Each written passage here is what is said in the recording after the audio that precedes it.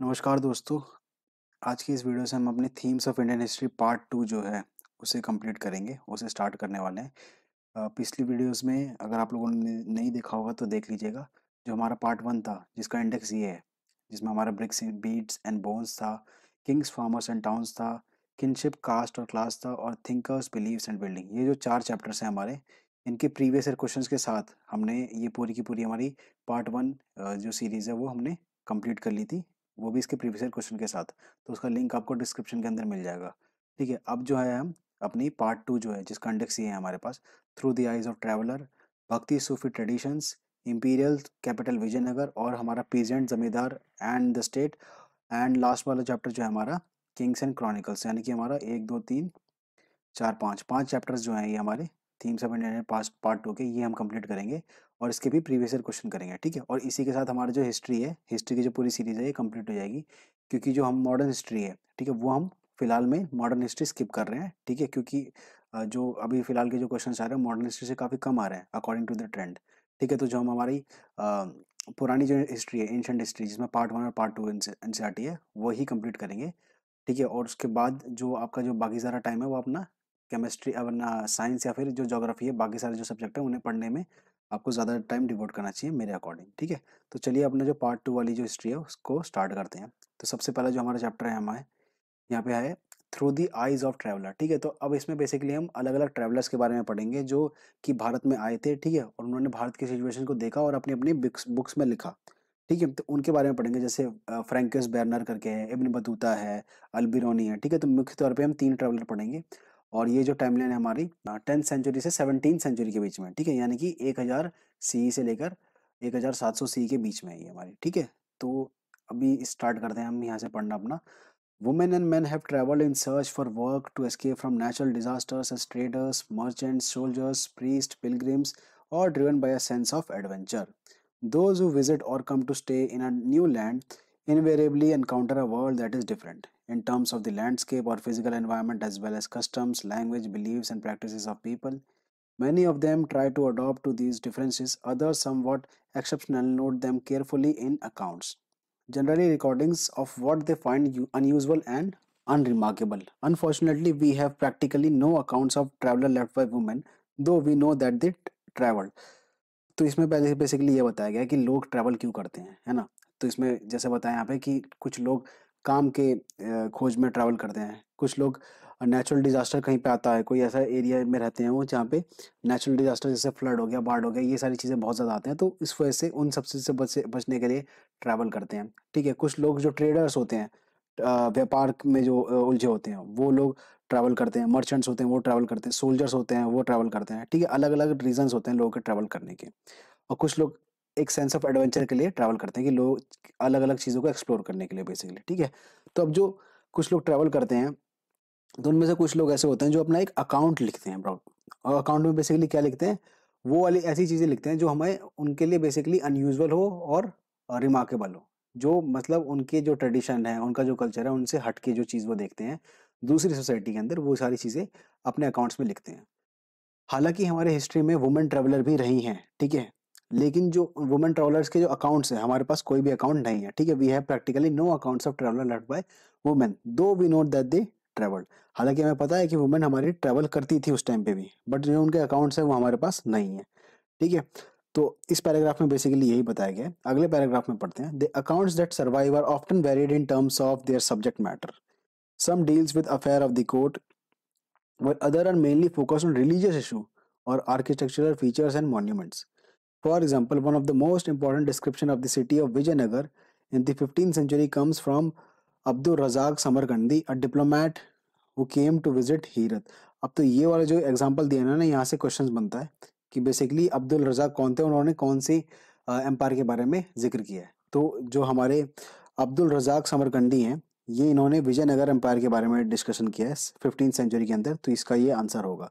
ठीक है, तो इसे आपको अच्छे से हाईलाइट कर लेना, अच्छे से याद कर लेना है।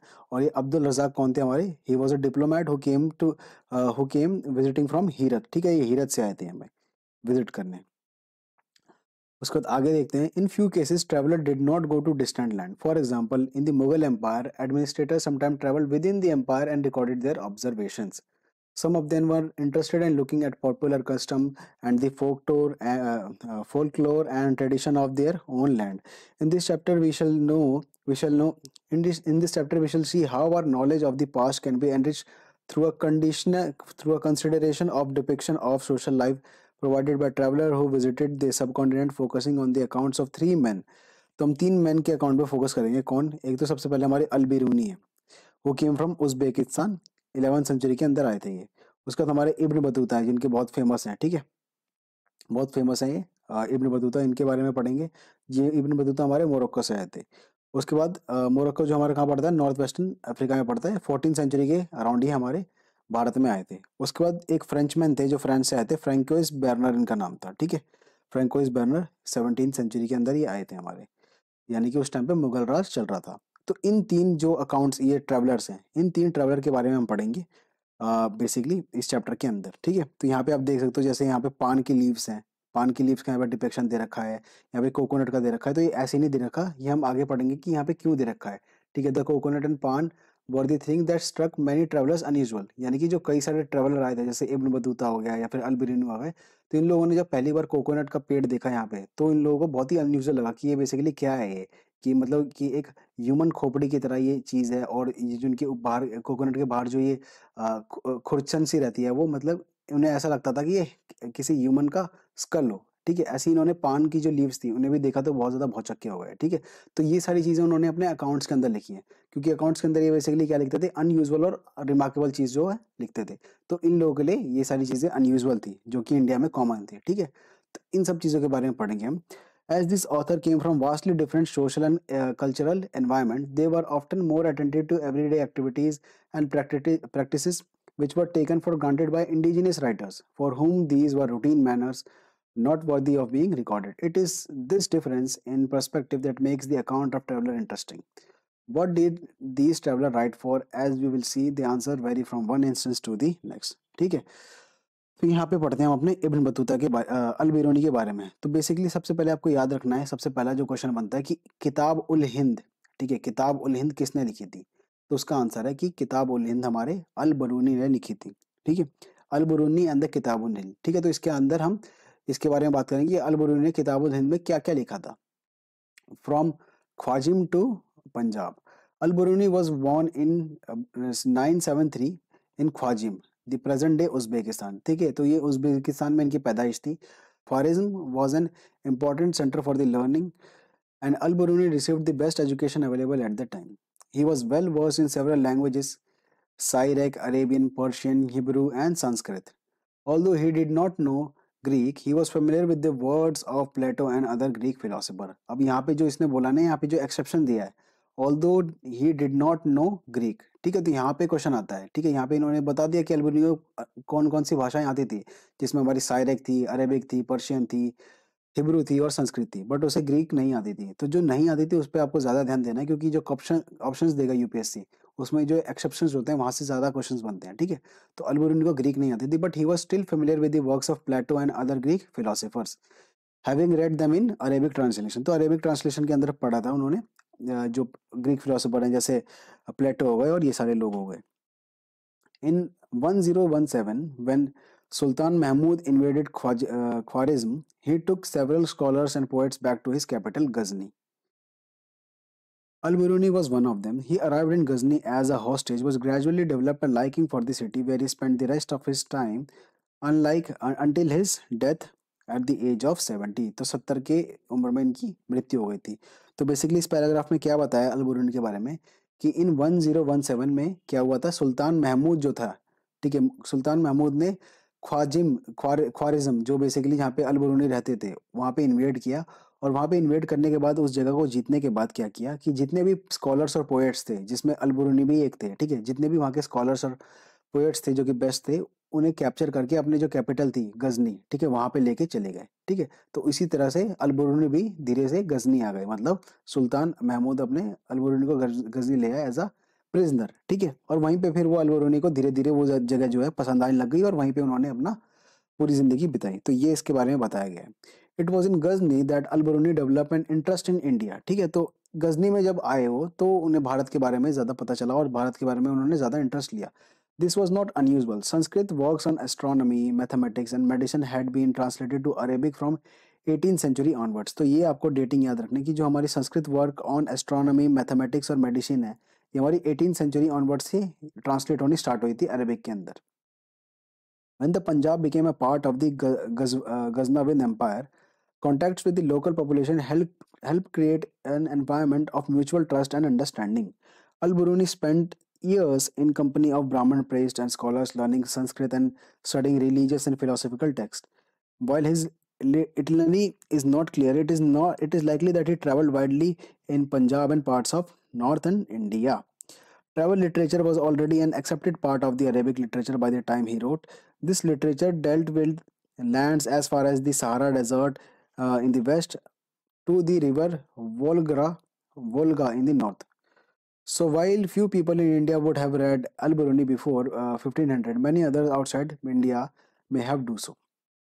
तो इसमें इन्होंने अल-बरनी के बेसिकली बारे में बताया है पूरे पैराग्राफ में कि इन्होंने जो पूरा अपना जो टाइम था मेजर, तो इन्होंने भारत की संस्कृति को पढ़ा और मेजर जो टाइम था इनका वो ब्राह्मण प्रीस्ट जो थे उनके साथ बीता, जो स्कॉलर्स थे उनके साथ बीता और उनके साथ रह के इन्होंने संस्कृत सीखी और जितने भी जो रिलीजियस और फिलोसफिकल चीज़ें हैं उनके बारे में जाना. ठीक है, तो ये पूरा का पूरा अल-बरनी के बारे में बताया गया. उसके बाद यहाँ पे जो डब्बा है इसके बारे में पढ़ लेते हैं.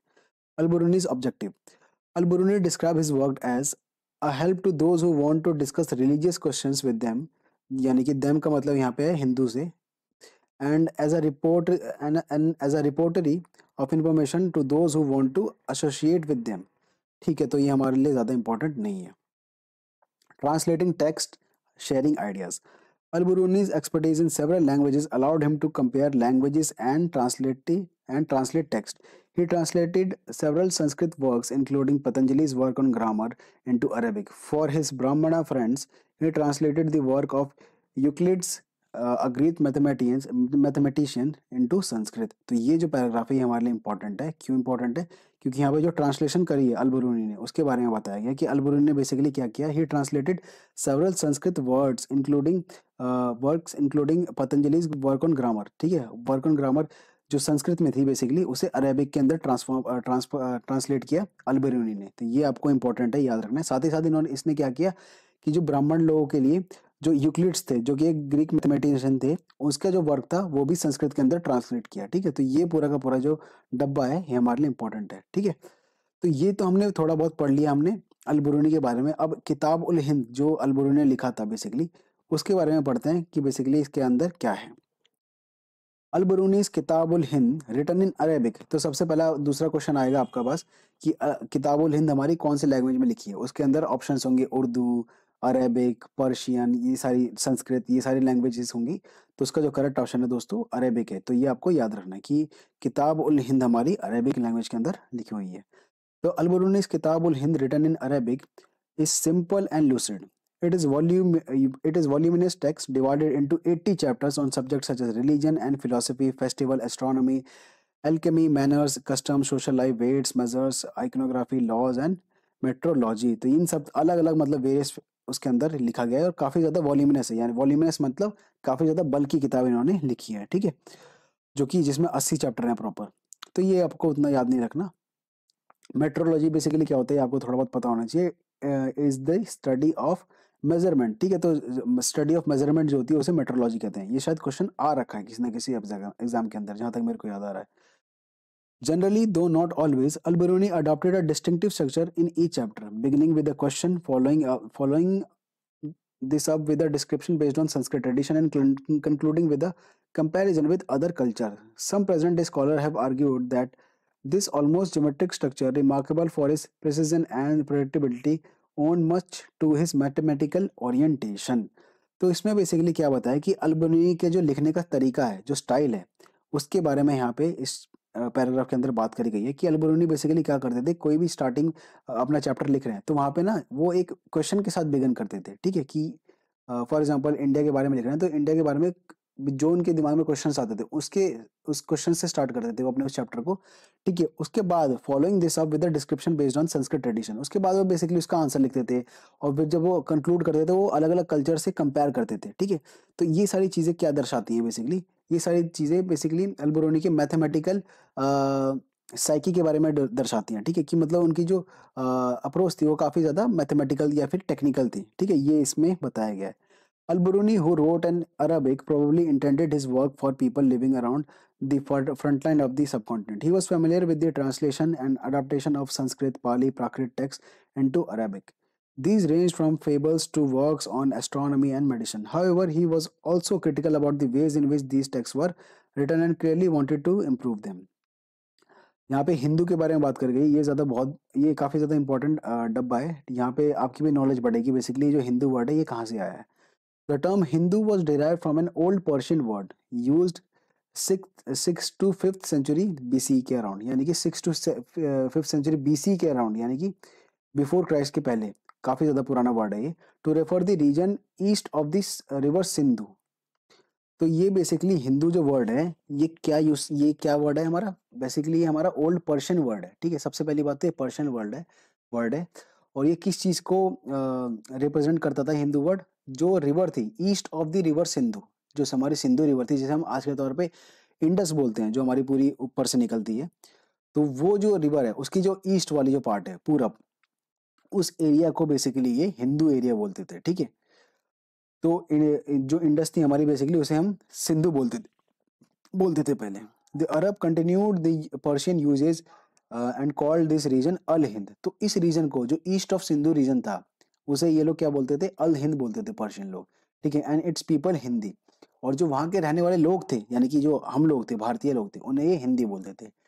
लेटर द टर्क्स, फिर जब टर्क्स आए, तुर्की जो होते हैं, later the Turks referred to the people east of the Indus as Hindu. फिर जब तर्क आए उन्होंने क्या किया कि जो ईस्ट ऑफ इंडस रिवर के जो लोग हैं यानी कि जो हम लोग हैं, उन्हें इन लोगों ने, तर्कियों ने हिंदू बुलाना शुरू कर दिया, ठीक है।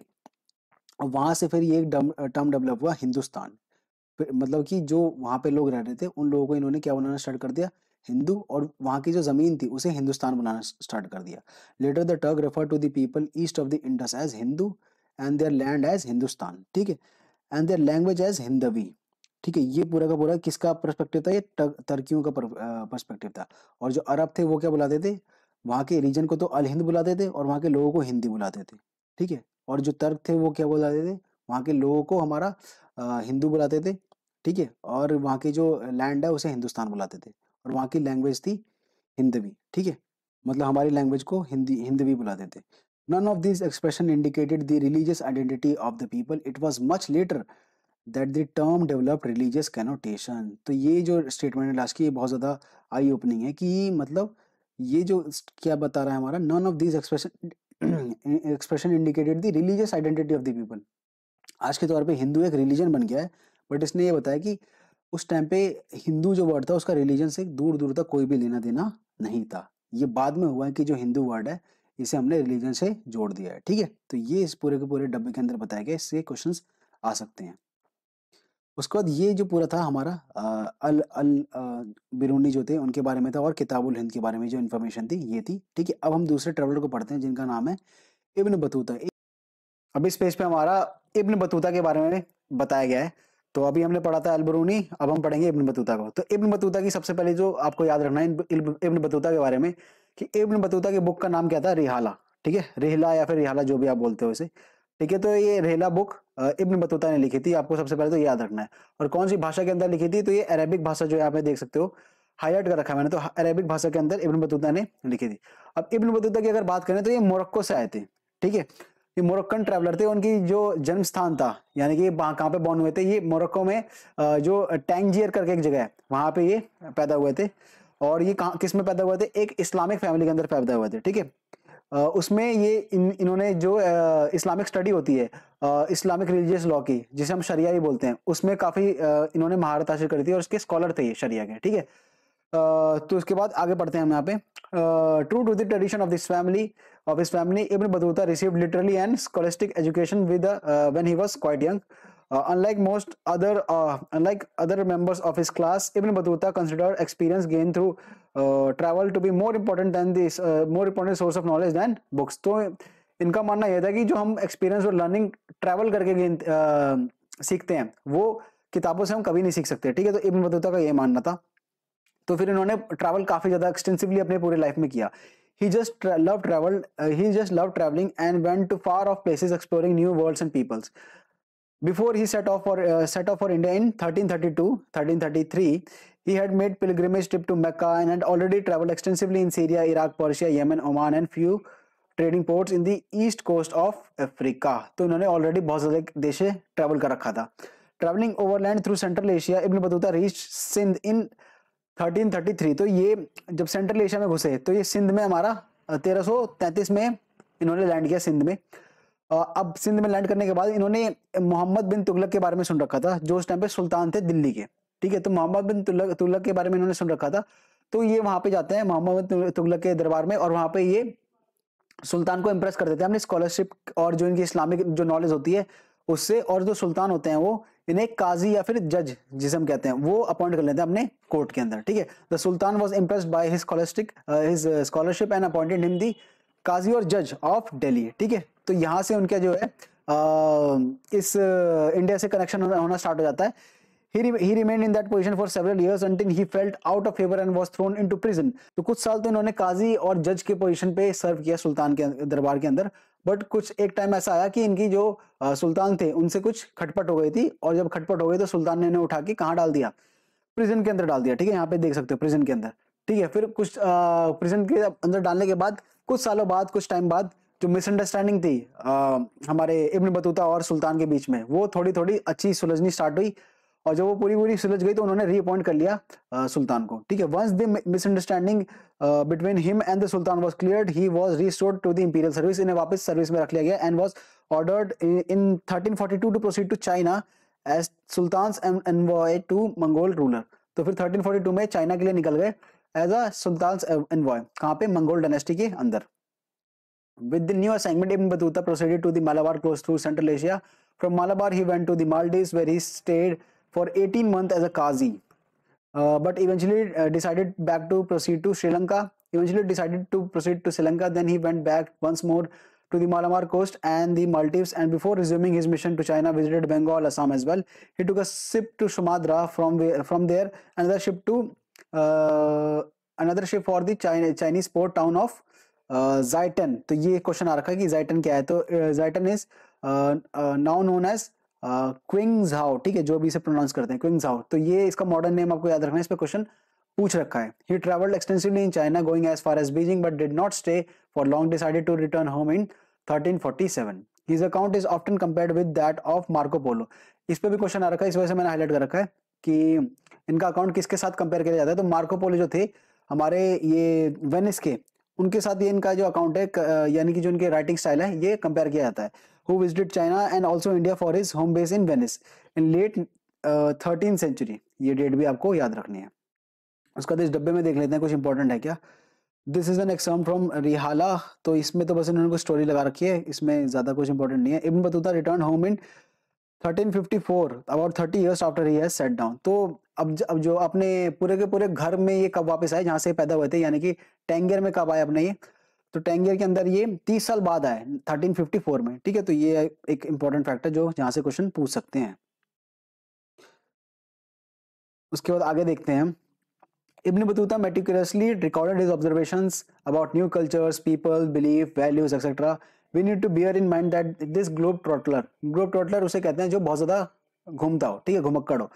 This globetrotter was traveling in 14th century when it was much arduous. Arduous का मतलब होता है बहुत ज्यादा difficult, arduous and hazardous to travel than it is today. According to Ibn Battuta, it takes 40 days to travel from Multan to Delhi and about 50 days to travel from Sindh to Delhi.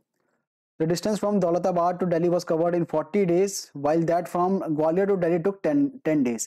तो उस time पे इन्होंने ये बताया कि उस time पे जो ट्रैवल करते थे तो ट्रैवल करना बहुत ज़्यादा आसान नहीं होता था उन दिनों. ठीक है, काफ़ी ज़्यादा समय लगता था. उसमें ट्रैवल करने में कई सारे रिस्क भी होते थे, खराब मौसम, और साथ ही साथ मौसम के साथ क्या क्या एक जो लुटेरे जो होते थे, रॉबर्स जिसे हम कहते हैं, उसका भी बहुत ज़्यादा डर रहता था. क्योंकि जब कोई ऐसा कारवां गुजरता था तो अक्सर जो वहाँ के लोकल रॉबर्स होते थे तो वो बदमाश जितने भी थे वो चढ़ाई कर देते थे उन पे और सारा लूटमार करके लोगों को मार देते थे. यहाँ पे आप देख सकते हो ये जो पेंटिंग है ये वही दर्शा रही है, robbers attacking travellers, a 16th century Mughal painting.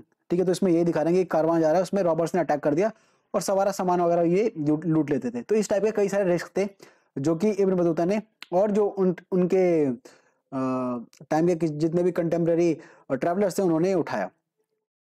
The lonely traveler. Robbers were not the only hazard in the long journey. Traveler could feel homesick or fall ill. Here is an example from Riyala. तो ये भी बात सही है कि जो तकलीफें इन्हें होती थी ट्रैवल करते समय, उनमें से एक तो रॉबर्स था कि भाई लोगों ने लूट लिया, इसकी लुटेरों की इन्हें दिक्कत होती थी। साथ ही साथ इन्हें कई बार होम सिकनेस भी फील होने लग जाता था। जैसे कि आप यहाँ पे देख सकते हो, इब्न बतूता 30 साल बाद अपने लौट के घर आए थे, ठीक है। तो 30 साल तक ये घर से बाहर रहे थे, तो होम सिकनेस भी एक वन ऑफ द प्रॉब्लम्स थी जो जो उस टाइम के ट्रैवलर फील करते थे। और साथ ही साथ अगर वो सफर के अंदर बीमार पड़ गए तो वो भी एक बहुत बड़ा प्रॉब्लम होती थी। तो ये सारे चैलेंजेस थे जो कि उस टाइम के ट्रैवलर ने उठाए थे। आगे बढ़ते हैं हम। हमारा travelling was also more insecure. Ibn Battuta was attacked by band of robbers several time. तो यहाँ पे देख ही सकते हो यहाँ पे कि जो इनके इब्न बतूता है, इनका जो काफिला था, इन पे कई बार लुटेरों ने हमला करके लूटा इन्हें। In fact, he preferred traveling in caravan along with companions, but this did not deter highway robbers. While traveling from Multan to Delhi, for instance, his caravan was attacked and many of his fellow travelers lost their lives.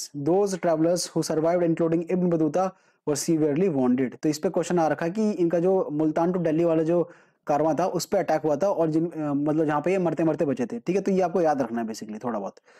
उसके बाद यहाँ पे तो ये map है हमारा, okay. ये वो है हमारा places visited by Ibn Battuta in Afghanistan, Sindh and Punjab. Okay, तो ये सारा वो है। जैसे यहाँ पे देख सकते हो कंधार जो अफगानिस्तान के अंदर है, ये अरेबियन सी है हमारा, ये हमारा आज के टाइम का गुजरात है, तो यहाँ पे हमारा दिल्ली आ रहा है, ठीक है। अब आगे बढ़ते हैं। हमारा the enjoyment of curiosity. We have seen Ibn Battuta was an inveterate traveler who spent several years traveling through North Africa, Western Asia and part of Central Asia. He may even have visited Russia. तो इन्होंने Russia तक travel कर रखा था। The Indian subcontinent and China before returning to his native land Morocco. When he returned, the local ruler issued instruction that his stories be recorded. Okay, यहीं तक है। तो जब ये अपना मतलब ट्रैवल करके वापस अपने घर गए, जहाँ पे इनका घर था मोरक्को में, तो जो लोकल रूलर था उन्होंने इंस्ट्रक्शन दिया अपने दरबारी लोगों को कि इनकी जितनी भी कहानियां हैं उन्हें रिकॉर्ड करो। ऑब्वियसली क्योंकि एक ऐसा बंदा उनके राज्य में है जो पूरी एक्सटेंसिवली उन्होंने अलग अलग जगह ढूंढी है, घाट घाट का पानी पिया है बेसिकली। तो उनके जो ऑब्जर्वेशंस हैं ऑब्वियसली कोई भी रूलर रिकॉर्ड करता, तो इन्होंने वो सारा काम करवाया।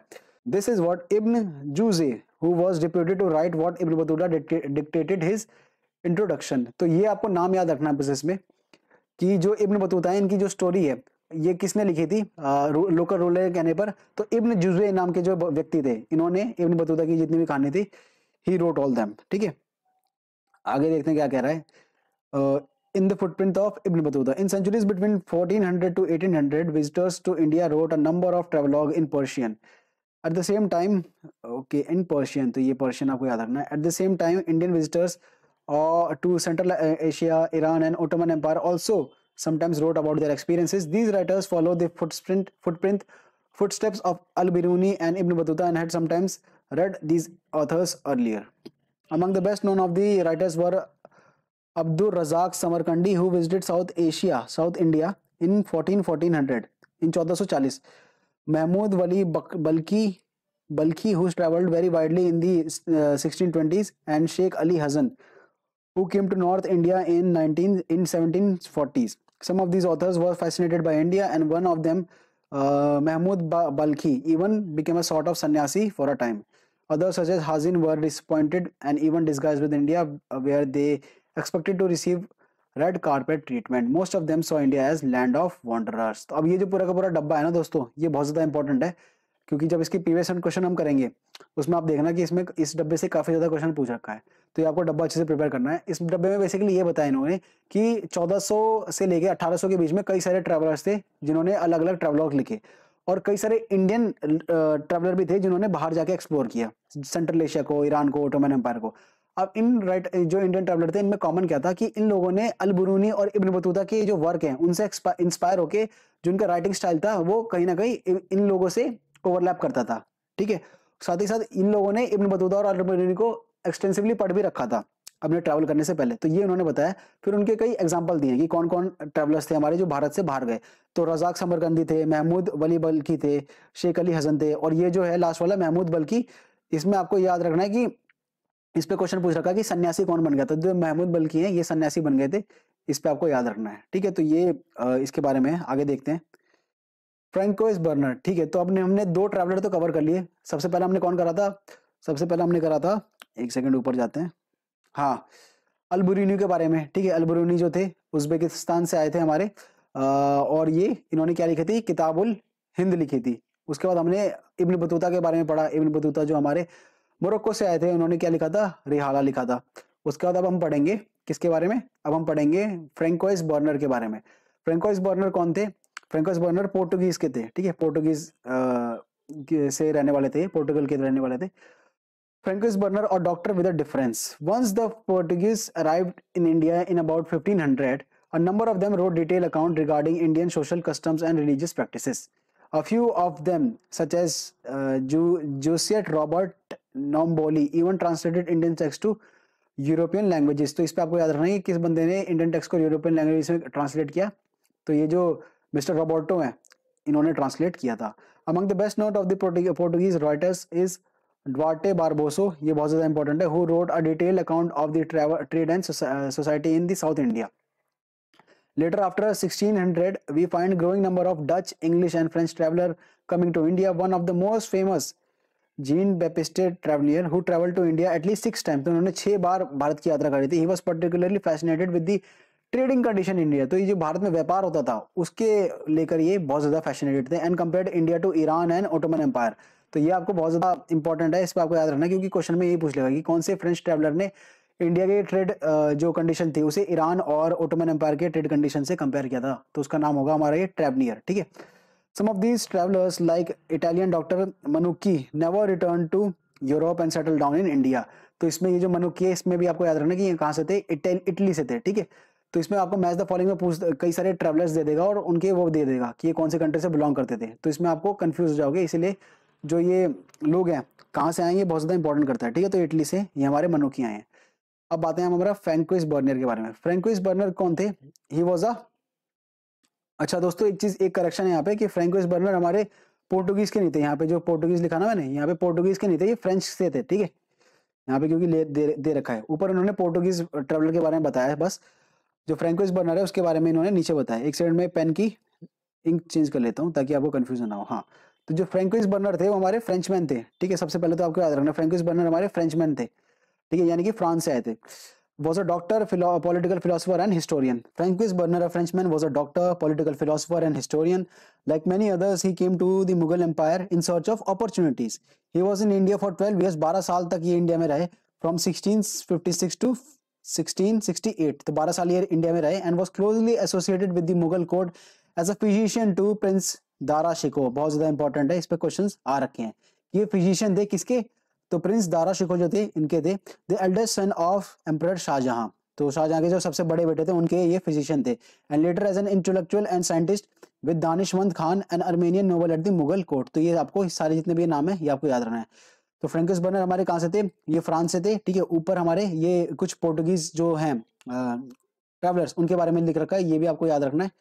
अब आगे बढ़ते हैं हमारे comparing east and west. Okay, Bernier traveled to several parts of the country and wrote accounts of what he saw, frequently comparing what he saw in India with the situation in Europe. तो ये François burner क्या करते थे? जो यहाँ पे भारत के अंदर देखते थे उसे कंपेयर करते थे यूरोप के अंदर, कि यूरोप में कैसा है, भारत के अंदर कैसा है, ठीक है। इस तरह से वो कंपेयर करते थे, इसीलिए यहाँ पे लिखा है कंपेयरिंग ईस्ट एंड वेस्ट, ठीक है।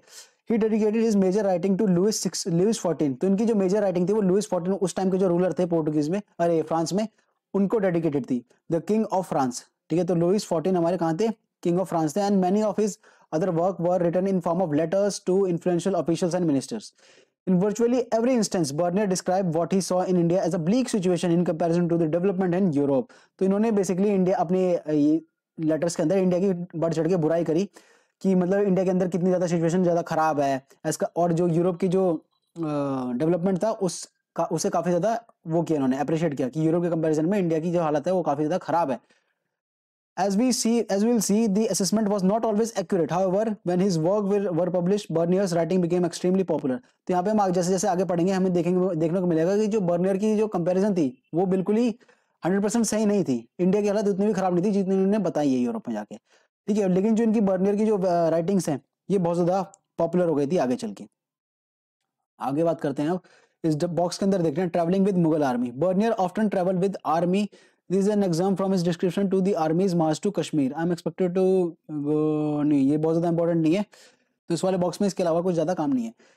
The creation and circulation of idea about India. The writing of European traveler helped produce an image of India for Europeans through the printings and the circulation of their book. Later, after 1750s, when the Indians like Sheikh Istamuddin and Mirza Abu Talib visited Europe and confronted this image that European had of their society, they tried to influence it by producing their own version of matter. तो इसमें basically ये बता रखा है Europe की जो idea का जो डेवलपमेंट था इंडिया के लिए वो कैसे जैसे आगे बढ़ा। तो इसमें आपको ये दो नाम याद रखना है कि शेख इस्तामुद्दीन और जो हमारे मिर्जा अबू तलीब हैं, ये इन्होंने 1750s में यूरोप विजिट किया था। Bernier's works were published in France in 1670-71 and translated into English, Dutch, German and Italian within the next 5 years. Between 1670s and 1725, his account was reprinted 8 times. Okay, 8 बार इनका जो account था reprint हुआ in French. And by 1684, he had been reprinted 3 times in English. This was a marked contrast to the account in the Arabic and Persian, which circulated as manuscript and were generally not published before 1800। यानी कि जो इसने बता रखा है कि जो हमारा बर्नियर की जो राइटिंग्स थी ये बहुत ज्यादा पब्लिश हुई हैं अलग अलग भाषाओं अलग अलग ट्रांसलेशन के अंदर, बट जो on the other hand Arabic और जो पर्शियन हमारी जो अकाउंट्स थे वो इतने ज्यादा पॉपुलर नहीं हो पाए जितने बर्नियर के थे, और मैन्युस्क्रिप्ट के फॉर्म में ही थे ये, और 1800 के बाद जो है इनका पब्लिशन स्टार्ट हुआ। आगे पढ़ते हैं, नेक्स्ट पेज पे क्या लिखा है, making sense of an alien world, Al Biruni and the Sanskritic tradition. अब दोबारा हम अल-बिरूनी पे आ गए हैं, दोबारा अल-बिरूनी के बारे में पढ़ेंगे, ठीक है। Overcoming barriers to understanding. As we have seen, travelers often compared what they saw in the subcontinent with the practices with which they were familiar. Each traveler adopted distinct strategies to understand what they observed. Al-Biruni, for instance, was aware of the problems inherent in the task he had set himself. He discussed several barriers that he felt obstructed understanding. The first among these was language. According to him, Sanskrit was so different from Arabic and Persian that ideas and concepts could not be easily translated from one language to other. तो Al-Biruni इसमें basically ये बता रखा है अल-बिरूनी ने जो barriers face करे अलग एक कॉन्टिनेंट से दूसरे कॉन्टिनेंट में आने में, ठीक है, उसमें कई सारे बैरियर्स में से जो लैंग्वेज थी वो एक सिग्निफिकेंट बैरियर थी, क्योंकि इन्होंने बता रखा है कि जो संस्कृत थी वो अरेबिक और पर्शियन से बहुत ज्यादा अलग डिफरेंट थी, ठीक है। The second barrier he identify was the difference in religious believes and practices. तो दूसरा बैरियर क्या था कि जो विभिन्नता थी अलग अलग रिलीजियस से, अलग अलग बिलीफ से, अलग अलग रीति रिवाज थे। The self absorption and consequent insularity of local population according to him constituted the third barrier. तो इसमें थर्ड बैरियर बेसिकली क्या है, इंसुलैरिटी का मतलब होता है नैरो माइंडेडनेस, ठीक है। कई लोग होते हैं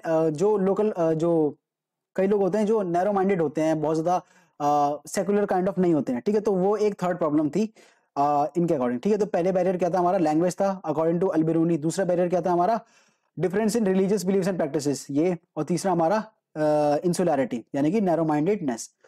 What is interesting is that even though he was aware of this problem, Al-Biruni depended almost exclusively on the works of Brahmanas, often citing passages from the Vedas and the Puranas and the Bhagavad Gita and works of Patanjali, manuscript, etc. To provide an understanding of Indian society. हालांकि इन सारे barrier के बावजूद भी अल-बिरूनी का जो अधिकतर काम था वो ब्राह्मणों के जो वेद लिखे थे उन लोगों पे वो सारी चीजें, और जो संस्कृत में जो मनुस्क्रिप्ट भगवद गीता है उन सबको ये बढ़ चढ़ के मतलब इसमें पार्टिसिपेट करते थे और कोट करते थे। ये इसके बारे में बताया गया है। यहाँ पे देखते हैं आप इस वाले बॉक्स में क्या लिखा है, the language with an enormous range. Al Biruni describe Sanskrit as follows. तो अल-बिरूनी की संस्कृत के बारे में क्या राय थी ये बता रखा है। If you want to conquer this difficulty, that is to learn Sanskrit, you will not find it easy because the language is of enormous range, both in words and inflection. Sometimes something like the Arabic, called one and the same thing by various names, both original and derivative, and using one and the same word for a variety of subjects, which in order to be properly understood must be distinguished from each other by various qualifying epithets. तो इसमें basically उन्होंने बताया कि भैया संस्कृत सीखना एक बच्चों का खेल नहीं था, बहुत ज़्यादा डाइवर्स थी संस्कृत, एक ही शब्द के कई सारे मीनिंग थे, ठीक है, और उन मीनिंग का आपको मतलब पता होना चाहिए। तो ये उन्होंने बताया कि संस्कृत काफी ज्यादा डिफिकल्ट था, समथिंग लाइक अरेबिक। तो उन्होंने अरेबिक से कंपेयर किया कि अरेबिक से आप कंपेयर कर सकते हो कि इतना डिफिकल्ट होता है। आगे पढ़ते हैं हमारा अल-बिरूनी's डिस्क्रिप्शन ऑफ कास्ट सिस्टम, ठीक है। तो जाति व्यवस्था के बारे में अल-बिरूनी की क्या राय थी। Al-Biruni tried to explain the caste system by looking for parallels into the other society. He noted that the ancient Persia Four social categories were recognized: those of knights and princes, monks, fire priests and lawyers, and physicians and astronomers and other scientists, and finally peasants and artisans. तो इन्होंने basically क्या किया, he drew parallels to other society, यानी कि दूसरे society से compare करना start किया इन्होंने। पर्शिया के बारे में इन्होंने कंपेयर किया कि पर्शिया में भी 4 सोशल कैटेगरी ने इनके अकॉर्डिंग थी। क्या क्या थी? सबसे पहली थी हमारी नाइट्स एंड प्रिंसेस, तो मतलब बेसिकली जो राजा थे और जो उनके राजकुमार थे, सबसे पहली क्लास तो वो हो गई, सोशल कैटेगरी हो गई। दूसरी थी Monks, fire priest and lawyers, दूसरी कैटेगरी भिक्षुक जो हो गए, भिक्षु सन्यासी जो हो गए वो, और जो लॉयर्स थे उनकी। तीसरी कैटेगरी थी फिजिशियंस, एस्ट्रोनॉमर और साइंटिस्ट, तो इन ये जो टेक्निकल लोग थे, तीसरी कैटेगरी इसकी थी। और जो सबसे आखिरी कैटेगरी थी उसमें जितने भी पीजेंट्स और आर्टिसंस थे, ठीक है, बढ़ैया हो गया, ये सारी चीजें हो गई, ये लोग आते थे। तो ये 4 कैटेगरी किसके अंदर थी?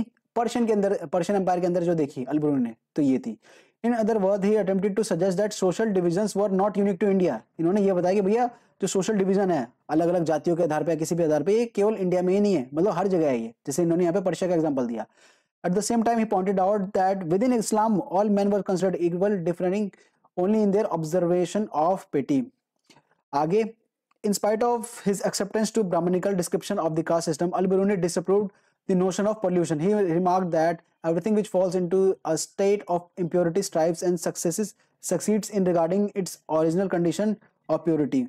The sun cleanses the air and the salt sea prevents the water from becoming polluted. If it were not so, insisted Al-Biruni, life on earth would have been impossible. तो इसमें बेसिकली क्या बोला है कि अल-बरूनी ने जो कास्ट सिस्टम था ब्राह्मणों का, वो तो एक्सेप्ट किया कि भाई चलो कास्ट सिस्टम हर जगह होता है, बट एक जो नोशन था पॉल्यूशन का, कि छुआछूत जिसे हम कहते हैं हिंदी में, कि इसने मेरा खाना छू दिया, इसने मेरे को छू दिया तो मैं अपवित्र हो गया, तो ये अल-बरूनी इसको डिसअप्रूव करते थे। तो इसमें आपका क्वेश्चन पूछ सकता है कि अल-बरूनी किसे डिसअप्रूव करते थे? तो जो छुआछूत वाली चीज थी, ये नोशन ऑफ पॉल्यूशन था, इसे ये डिसअप्रूव करते थे और ये इसे फॉल्स मानते थे। आगे बढ़ते हैं, यहाँ पे क्या कह रहा है, the conception of social pollution interesting to caste system was according to him contrary to the law of nature.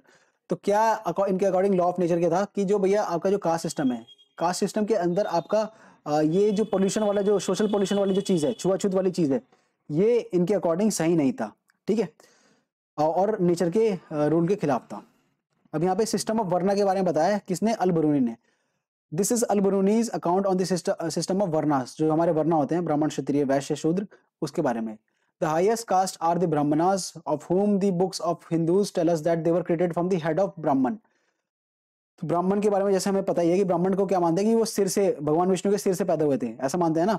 तो इसमें भगवान विष्णु का नाम ना लेके इसमें ब्राह्मण के बारे में बोला है, मतलब अलग अलग जगहों पे अलग अलग रेफरेंस है, कहीं पे भगवान विष्णु बोलते हैं, कहीं पे किसी एक पुरुष के बारे में बताते हैं कि वो जो पुरुष था उनके हेड से ये जन्मे तो ब्राह्मण हुए, उनके जो चेस्ट से जो जन्मे वो क्षत्रिय हुए, तो ऐसे करके। And as the Brahman is the only other name from the force called nature, and the head is the highest part of the body, the Brahman are the choice of the whole genus. Therefore, the Hindus consider them as very best for mankind.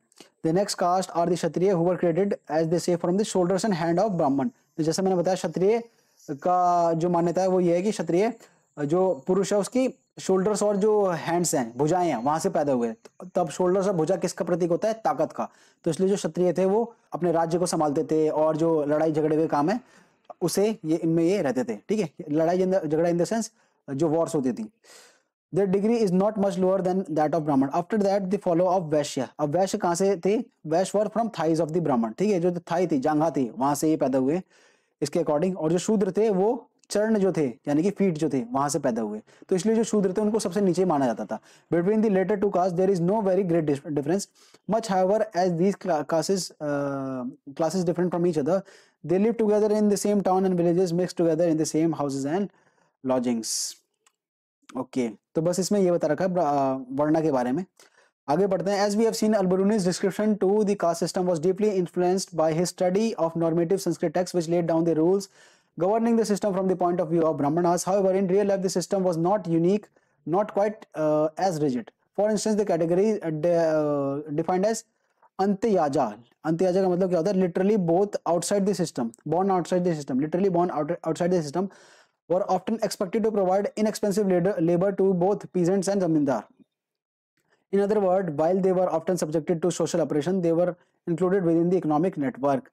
तो इन्होंने basically ये बताया कि जो अल-बरूनी ने देखा वर्ण system के अंदर, ये 100% बिल्कुल ही रिजिड भी नहीं था, इसमें थोड़े बहुत फ्लेक्सिबिलिटी थी, ये इन्होंने बताया। अब इसमें आपको ये अंत्याजा है, इसके बारे में याद रखना है कि अंत्याजा पूछ लेगा कि क्या है, तो जो ब्रैकेट में लिखा है ना, ये आपको याद रखना है। Antyaja were those who are born outside the system, system of what, जो हमारा ये वर्ण वाला सिस्टम है उसके आउटसाइड कोई बॉन्ड हुआ है तो उसे हम अंत्याजा कहते थे। अब ये क्या करते थे, अंत्याजा क्या प्रोवाइड करते थे, ये भी आपको याद रखना है कि they provide inexpensive labour to both peasant and zamindar, तो सस्ता लेबर प्रोवाइड करने का काम करते थे ये पीजेंट्स को भी और जमींदार को भी, ठीक है। तो ये अंत्याजा आपको याद रखना है। आगे देखते हैं क्या कह रहा है। अब अल बिरूनी के बारे में तो हमने दोबारा पढ़ लिया इस वाले पूरे पैराग्राफ से। अब हम बात करेंगे दोबारा इब्न बतूता के बारे में। इब्न बतूता कौन, जिन्होंने रिहाला लिखी थी और जो मोरक्को से थे। And Ibn Battuta and the excitement of the unfamiliar. By the time Ibn Battuta arrived in Delhi in 14th century, the subcontinent was a part of global network of communication that stretched from China to in the east to the northwest Africa and Europe in the west. As we have seen, Ibn Battuta himself traveled extensively through these lands, visiting sacred shrines, spending time with learned men and rulers, often officiating as Qazi, and enjoy the cosmopolitan culture of urban center where people who spoke Arabic, Persian, Turkish and other languages shared ideas, information and anecdotes. These included stories about men noted for their petty kings who could be both cruel and generous, and about lives of ordinary men and women. Anything that was unfamiliar was particularly highlighted in order to ensure that the listener or the reader was suitably impressed by the account of the distance yet accessible world. तो इसमें ज्यादा कुछ important नहीं है, जो हमने पहले पढ़ा था वही इन्होंने रिफ्रेश किया है। अब ये चीज आपको याद रखनी है, ये नट्स वाली जो चीज है, nuts like a man's head. तो इब्न बतूता जब भारत के अंदर एंटर करते तो उन्हें दिखा ये कोकोनट, जो मैंने आपको चैप्टर के स्टार्टिंग में बताया था, ये कोकोनट पे आपको बताऊंगा मैं कि इस पे एक बहुत बड़ी स्टोरी है। तो इब्न बतूता ने जब कोकोनट देखा, तो कोकोनट आपको पता ही है कैसा होता है, उसके बाहर मतलब जो धागे धागे से निकले होते हैं, ठीक है। तो उसको देख के ये बहुत ही ज्यादा शॉक हुए इब्न बतूता कि ये कोकोनट क्या चीज होती है भाई, क्योंकि ये तो मिडिल ईस्ट से आए थे, अपना मोरक्को से आए थे, ठीक है। वहां पे कोकोनट की खेती होती नहीं है। तो यहाँ पे देखते हैं क्या लिखा है। इब्न बतूता ने अपने राइटिंग में लिखा है, these trees are among the most peculiar trees, peculiar का मतलब होता है strange, peculiar trees in kind and most astonishing in the habit. They look exactly like date palms without any difference between them except that the one produces nuts as its fruits and the other produces dates. The nut of a coconut tree resembles a man's head. तो ये इस पे question आ रखा कि man's head से क्या resemble करता था, तो कोकोनट रिजेंबल करता था। तो इन्होंने जो कोकोनट है नारियल, उसे मैन के हेड से कंपेयर किया कि बिल्कुल ये आदमी का मुंडी लगता है। ओके, अब आगे बात करते हैं कोकोनट एंड द पान। अब पान जो था हमारा भारत का, पान ने भी काफी एक्साइट किया था इब्न बतूता को। Some of the best example of Ibn Battuta's strategy of representation are evident in a way in which he described the coconut and the pan, two kinds of the plant produce that were completely unfamiliar to his audience. तो पान भी जो था इनके लिए बहुत ज्यादा unfamiliar था, क्योंकि वहां पे पान ऑब्वियसली कहाँ उगता होगा, तो इन्होंने पहली बार देखा था। Read Ibn Battuta's description of the paan. अब पान के बारे में उन्होंने क्या बोला है, द बेटल लीव, तो ये आपको याद रखना, पान हमारी बेटल लीव होती है। The betel is a tree which is cultivated in the same manner as the grapevine. The betel has no fruit and is grown only for the sake of its leaves. तो अपने पत्तियों के लिए इसे उगाया जाता है। तो बस इसमें ज़्यादा इंपॉर्टेंट नहीं है। बस आपको याद रखना कि जो पान है और जो कोकोनट है, इन दो चीज़ों ने इब्न बतूता को एक्साइट किया था बेसिकली, ठीक है। इन्हें देख के ये एस्टोनिश हो गए थे।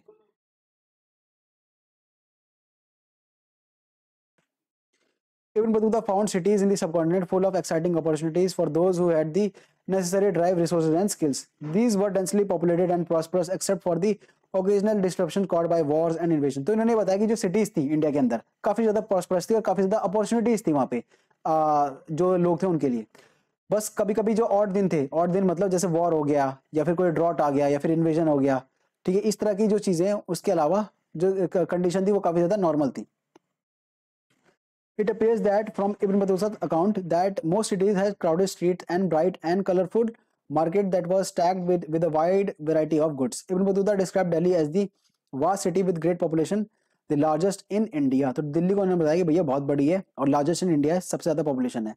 Daulatabad in Maharashtra was no less and easily rivaled Delhi in size. तो आपको याद रखना है कि दौलताबाद कहाँ पर है, महाराष्ट्र के अंदर है, ठीक है। तो ये इसके अंदर बताया गया है। उसके बाद यहाँ पे दिल्ली के बारे में इन्होंने बताया है, दिल्ली लिखा है, देखो यहाँ पे पहले दिल्ली को। Here is an example from Ibn Battuta's account of Delhi, often spelled as Delhi, ठीक है। दिल्ली को पहले दिल्ली स्पेल्ड करते थे। The city of Delhi covers wide areas and has large population. The rampart around the city is without parallel. The breadth of the wall is 11 cubits, and the inside of it are houses for the night sanitary, great gatekeepers. Inside the rampart, there are storehouses of storing edibles, magazine, ammunition, ballistics, and siege machine. The grains are stored in these rampart can last for a long time without rotting. In the interior of the rampart, horsemen as well as infantrymen move from one end of the city to another. The rampart is pierced through by windows which open on the side of the city, and it is through these windows that light enters inside. The lower part of the rampart is built of stone. The upper part is built of bricks. It has many towers which are called darwaza, and of these बुलंद दरवाजा is the greatest. तो ये आपको याद रखना, बुलंद दरवाजा जो है inside the मांडवी दरवाजा there is a grain market adjacent to the गोल दरवाजा there is an orchard city के ऑफ दिल्ली. इन्होंने बेसिकली क्या होता है रैम्पर्ट का, बेसिकली क्या मतलब होता है रैम्पर्ट का, जैसे यहाँ पे लिखा है रैम्पर्ट का मतलब होता है जो बाउंड्री, ये देख सकते हो ना जो बाउंड्री है. तो इसको इन्होंने डिस्क्राइब किया है कि जो बाउंड्री थी, जो नीचे वाला जो पार्ट था वो किससे बना हुआ था हमारा, नीचे वाला पार्ट हमारा हाँ स्टोन से बना हुआ था. ठीक है, लोअर पार्ट हमारा स्टोन से बना हुआ था और जो ऊपर का पार्ट था वो ब्रिक से बना हुआ था. अब इन रैम्पर्ट में ये छोटे छोटे छेद थे, जैसा कि आप देख सकते हो. इससे क्या होता था, लाइट एंटर होती थी इसके अंदर. ठीक है, अब इन रैम्पर्ट में अलग अलग गेट्स थे जिसे हम दरवाजा बोलते थे, और इनमें से सबसे बड़ा दरवाजा कौन सा था, बुलंद दरवाजा था. और इन रैम्पर्ट के अंदर ही मंडवी दरवाजा था एक, जिसे जहाँ पे ग्रेन मार्केट थी, और उसके एडजेसेंट गोल दरवाजा था जहाँ पे ऑर्चर्ड था. तो ये आपको याद रखना है.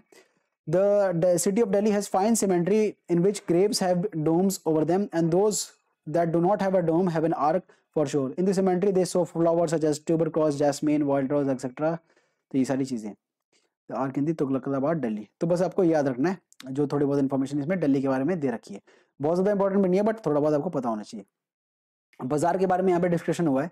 The bazaars were not the only places of economic transaction, but also the hub of social culture activities. Most bazaar has a mosque and a temple, and in some of them, at least spaces were marked for public performances by dancers, musicians and singer. तो मजाक जो यहाँ पे जैसे not only इसमें बोला है, तो नॉट ओनली पे आपको ज्यादा ध्यान देना है कि बाजार का अमूमन हम सोचते हैं कि बाजार भाई केवल मार्केट होगी जहाँ पे आप इकोनॉमिक ट्रांजेक्शन करोगे, कोई सामान खरीदोगे. बट दिल्ली में ऐसा नहीं था. मतलब इंडिया में जो इब्न बतूता ने देखा, इब्न बतूता ने देखा कि बाजार केवल यहाँ पे इकोनॉमिक ट्रांजैक्शन के लिए ही नहीं है, बट यहाँ पे कल्चरल और सोशल सिग्निफिकेंस भी है बाजार का. कैसे, यहाँ पे अलग अलग तरह के डांस होते थे, म्यूजिशियंस होते थे, सिंगर्स होते थे. तो इस टाइप की चीजें जो थी बाजार के अंदर थी. While Ibn Battuta was not particularly concerned with explaining the prosperity of towns, historians have used his account to suggest that towns derived a significant portion of their wealth through the appropriation of surplus from villages. Ibn Battuta found Indian agriculture very productive because of the fertility of the soil, which allowed farmers to cultivate 2 crops a year. तो इन्होंने ये बताया कि जो city थी यहाँ की, जो टाउन्स थे, वो क्यों इतने ज्यादा प्रॉस्परस थे. तो ये बताइए जो बेसिकली जो विलेजेस से सरप्लस रिसोर्सेज मिल जाते थे इन्हें, रिसोर्सेज इन द सेंस जो क्रॉप्स वगैरह होती थी ये. तो इस वजह से जो टाउन्स थे ये काफी ज्यादा रिच थे हमारे. उसके बाद इन्होंने बताया कि ये सरप्लस हमें रिसोर्सेज मिल क्यों जाते थे, क्योंकि यहाँ का एग्रीकल्चर बहुत अच्छा था. एग्रीकल्चर क्यों अच्छा था, क्योंकि फर्टिलिटी ऑफ सॉइल बहुत अच्छी थी, और इसकी वजह से साल में 2 क्रॉप्स ये उगा सकते थे यहाँ के लोग. ये इन्होंने बताया. He also noted that the subcontinent was well interlinked with the inter-Asian network of trade and commerce, with the Indian manufacturer being in great demand in both West Asia and South Asia, fetching a huge profit from artisans and merchants. Indian textiles, particularly cotton, cloth, fine muslin, silks, brocade and satin were in great demand. तो ये देख सकते हो. Obviously आपको भी पता है कि जो इंडियन के जो ये टेक्सटाइल्स था ये बहुत ज़्यादा डिमांड में था अलग अलग पार्ट में. देखिए साउथ ईस्टर्न एशिया में भी पार्ट में था, डिमांड में था, और जो वेस्टर्न एशिया था वहाँ पे भी डिमांड में था. तो ट्रेड के थ्रू भी ये ट्रेड जो था ये भी एक सिग्निफिकेंट एलिमेंट था जिसने इस टाउन की रिचनेस को कंट्रीब्यूट किया है. Ibn Battuta informs us that certain varieties of fine muslins were so expensive that they could be worn only by the nobles and very rich. तो कुछ मसलिन्स तो भैया इतने महंगे थे कि वो जो बड़े बड़े नोबल्स थे और जो बड़े बड़े राजा महाराजा थे केवल वही उसे अफोर्ड कर पाते थे. ये इन्होंने बताया. Music in the market. अब इसमें देखते हैं क्या लिखा है. Read Ibn Battuta's description of Daulatabad. In Daulatabad there is a market for male and female singer which is known as Tarabad. ठीक है, तो ये आपको याद रखना है ताराबाद क्या हमारी मार्केट है जहाँ पे मेल और फीमेल सिंगर्स गाते हैं. It is one of the greatest and most beautiful bazaars. It has numerous shops and every shop has door which leads to the house of the owner. ठीक है, तो बस इसके अंदर इतना इंपॉर्टेंट है, आपको याद रखना है। ताराबाद क्या होता है हमारा, एक ऐसी जगह जहाँ पे मेल और फीमेल सिंगर गाते हैं। कहाँ पे, दौलताबाद के अंदर है ये। आगे बात करते हैं the unique system of communication. अब कम्युनिकेशन के बारे में इब्न बतूता की क्या राय थी उसकी, इसमें बता रखा है। A state evidently took special measures to encourage merchants. Almost all trade routes were well supplied with inns and guest house. Ibn Battuta was also amazed by the efficiency of the postal system, which allowed merchants to not only send information and remit credit along across long distance, but also to dispatch goods required at short notice. तो यहाँ पे जो भैया trade system था उससे भी काफी ज्यादा इन्फ्लुएंस किया इब्न बतूता को। ठीक है, यहाँ पे देख सकते हो इब्न Battuta was amazed by the efficiency of the postal system, जो पोस्टल सिस्टम था, और साथ ही साथ पोस्टल सिस्टम के अलावा शॉर्ट डिस्टेंस में जो सामान इधर उधर उधर पहुंचाना था, डिस्पैच गुड्स, वो भी काफी ज्यादा अच्छा सिस्टम था यहाँ का। The postal system was so efficient that while it took 50 days to reach Delhi from Sindh, the news reporters of spies would reach the Sultan through the postal system in just 5 days. तो postal system यहाँ का इतना अच्छा था कि आम यात्रा में जहाँ पे दिल्ली से सिंध में 50 डेज लग जाते थे, यानी कि 50 दिन लग जाते थे, बट अगर आप पोस्टल सिस्टम से कोई इंफॉर्मेशन पता नहीं थी तो वो केवल 5 दिन के अंदर पहुंच जाती थी। तो इतना तगड़ा ये पोस्टल सिस्टम था यहाँ का। आगे बात करते हैं हमारा on horse and on foot, this is how Ibn Battuta describe postal system. अब पोस्टल सिस्टम के बारे में यहाँ पे आपको अच्छे से समझ लेना है, क्योंकि इसमें से काफी ज्यादा क्वेश्चंस पूछे जाते हैं। In India the postal system is of two kind. The horse post called उल्लक is run by royal horses stationed at a distance of every 4 mile. सबसे पहले आपको याद रखना कि उलक कौन थे, ये हॉर्स वाले थे, ठीक है, जिनके पास घोड़े होते थे, रॉयल घोड़े होते थे, और हर 4 मील के डिस्टेंस पे उलक रहते थे। ठीक है, तो ये हॉर्स पोस्ट जो था, हॉर्स जो घोड़े के थ्रू पोस्ट करते थे, उन्हें उलक कहते थे। The foot post has 3 stations per mile called दावा। अब दावा किसे कहते थे, जो पैदल कुरियर पोस्ट करने वाले थे, ठीक है, जो पैदल लोग थे, मतलब बेसिकली सैनिक थे, और हर 1/3 माइल पे ये लोकेटेड होते थे। तो बेसिकली जैसे रिले रेस होती है ना, रिले रेस आपने खेली होगी कि आपको एक बैटन लेके अपने दूसरे पार्टनर को दौड़ाना है, कि को हैंडल करना, और फिर जो दूसरा पार्टनर है वो तीसरे को पकड़ाएगा। तो इस तरह से काम करता था। तो जो उल्लक जो थे, बेसिकली जो हॉर्स वाले थे, वो हर 4 मील पे लोकेटेड थे। तो 4 मील तक एक बंदा जाता था, एक उलक जाता था, और फिर वो दूसरे उलक को वो इन्फॉर्मेशन पास करता था, वो बंदा तीसरे को करता था। इस तरह से जल्दी हो जाता था। ऐसे ही फुट पोस्ट भी करता था। हर 1/3 माइल पे ये जो पैदल वाले जो पोस्टल लोग थे वो खड़े रहते थे, और फिर इंफॉर्मेशन ऐसे ऐसे पास होती थी। That is 1/3 of the mile. Now at every 3rd of the mile there were well populated villages outside which there were 3 pavilions in each which sit men with girded loins ready to start. Each of them carried rods 2 cubits length and copper bells of the top. While the courier starts from the city, he holds the letter in one hand and the rod with its bells on other. As he runs as fast as he can, when the men at the pavilion hear the ringing of the bell, they get ready. As soon as the courier reaches them, one of them takes the letter from his hand and runs to the top speed, shaking the rods all the while until he reaches the next dawa. Okay. And the same process continues till the letter reaches its destination. The foot post is quicker than the horse post and is often it is used as transport to transport the fruits of Khorasan, which is much desired in India. Okay. तो इसमें basically क्या है, यहाँ तक तो हमने समझ लिया था कि ये जो दावा तक तो हमने समझ लिया था। अब इसके बारे में, इसके बाद इन्होंने क्या लिख रखा है कि अब हर विलेज पे इनके एक चेक पोस्ट बने होते थे, उसके अंदर ये रहते थे, ये कुरियर मैन जो थे। तो अब जब एक बंदा जब निकलता था ना, चाहे घोड़े से निकल रहा हो चाहे पैदल निकल रहा हो, तो वो अपने एक हाथ में तो क्या रखता था, वो संदेश रखता था, ठीक है, जो लेटर रहता था उसके हाथ में, एक हाथ में तो लेटर रहता था और दूसरे हाथ में एक रॉड रहती थी।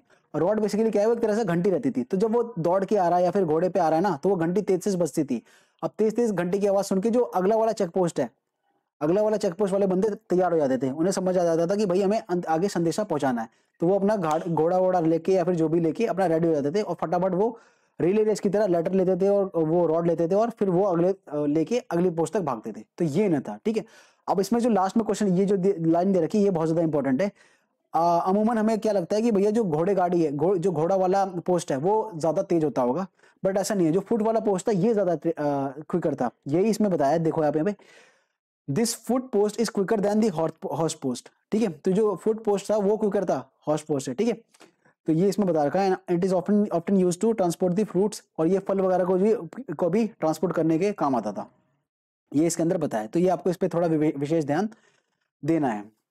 अब इसमें यहाँ पे देखते हैं क्या लिखा है, ये a strange nation, The Traveler of Abdul Razak, written in 1440s, is an interesting mixture of emotion and perception.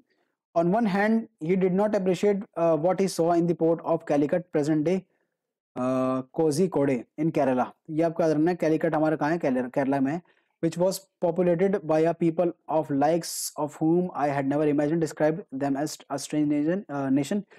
Later in his visit to India, he arrived at Mangalore and crossed the Western Ghat. Here he saw a temple that filled him with admiration. Okay. बहुत ज़्यादा important नहीं है, इसे आप skip भी कर सकते हो, मतलब थोड़ा बहुत पढ़ लेना, कुछ हाईलाइट करने वाला तो मेरे को नहीं लग रहा। अब हमने इब्न बतूता को भी पढ़ लिया, अल-बिरूनी को भी पढ़ लिया। अब दोबारा हम फ्रैंकस बर्नर के बारे में के पास आ रहे हैं। फ्रैंकस बर्नर कौन? जो फ्रेंच वाले जो बंदे थे, ठीक है, फ्रेंच बर्नर जो थे वो। If Ibn Battuta chose to describe everything that impressed and excited him because of its novelty, Francis Burnett belonged to a different intellectual tradition. He was far more preoccupied with the comparing and contrasting what he saw in India with the situation in Europe in general and France in particular, focusing on situation where he considered depressing. His idea seems to have been influenced. His idea seemed to have influenced policymakers and the intelligentsia to ensure that they made what he considered to be the right decision. तो भैया जो फ्रैंकलिस burner थे, इनका थोड़ा style लगता है, इन्होंने अपना वही, जैसे मैंने स्टार्टिंग में बताया कि यूरोप की जो कंडीशंस थी उससे कंपेयर किया भारत की कंडीशंस को, और जो जो गलतियां यहाँ पे भारत में इन्हें दिखी अकॉर्डिंग टू हिम, वो इन्होंने यूरोप में बताई और एक पॉलिसी मेकिंग का भी एक काम किया बेसिकली, ताकि जो ऐसी गलतियां हैं वो हमारे उनके यूरोप में ना हो और जो यूरोप में है सिचुएशन वर्स ना हो इनके according. Bernier's travel in the Mughal Empire is marked by detailed observation, critical insights, and reflection. His account contains discussions trying to place the history of the Mughals within some sort of universal framework. He constantly compared Mughal India with the contemporary Europe, ठीक है, वही जो हमने discuss किया था अभी, generally emphasizing the superiority of latter. और उस कंपैरिजन में हमेशा ही यूरोप की साइड लेते थे कि भैया हमारा यूरोप बहुत तगड़ा है as compared to India. His representation of India works on the model of binary opposition. तो ये आपसे पूछ सकता है कि किसका जो काम है वो बाइनरी अपोजिशन पे वर्क करता है, तो भैया फ्रैंकस बर्नर जो थे, इनका जो काम है binary, his representation of India works on the model of binary opposition, where binary का मतलब क्या होता है, या तो जीरो या तो वन, यानी कि या तो अच्छा या तो बुरा। इनका मतलब कुछ मिडवे नहीं होता कि हाँ मतलब एक सोसाइटी के अंदर अच्छाई भी होती है बुराई भी होती है, तो ये ऐसा नहीं सोच सकते। बाइनरी का मतलब ये होता है कि जीरो या फिर वन। तो इनका जो था ये binary kind of thought process के थे कि मतलब इंडिया का या तो बुरा है या तो अच्छा है सिस्टम, तो ये इंडिया को बुरा ही मानते थे और यूरोप को अच्छा मानते थे। Where India is presented as the inverse of the Europe, ठीक है, यूरोप का उल्टा। He also ordered the perceived differences in hierarchy so that India appeared to be inferior to the Western world. और जो hierarchy system था यहाँ पे, ठीक है, उसे भी इन्होंने हाईलाइट किया था, और जिससे ये प्रतीत होता था कि जो भैया भारत है वो बहुत ज्यादा पिछड़ा हुआ है as compare to the western world. अब यहाँ पे देखते हैं the question of the land ownership. According to Berniers, one of the fundamental difference between Mughal India and Europe was the lack of private property in land in the former. Okay, he was a firm believer in the virtues of private property and saw crown ownership of land as being harmful for both the state and its people.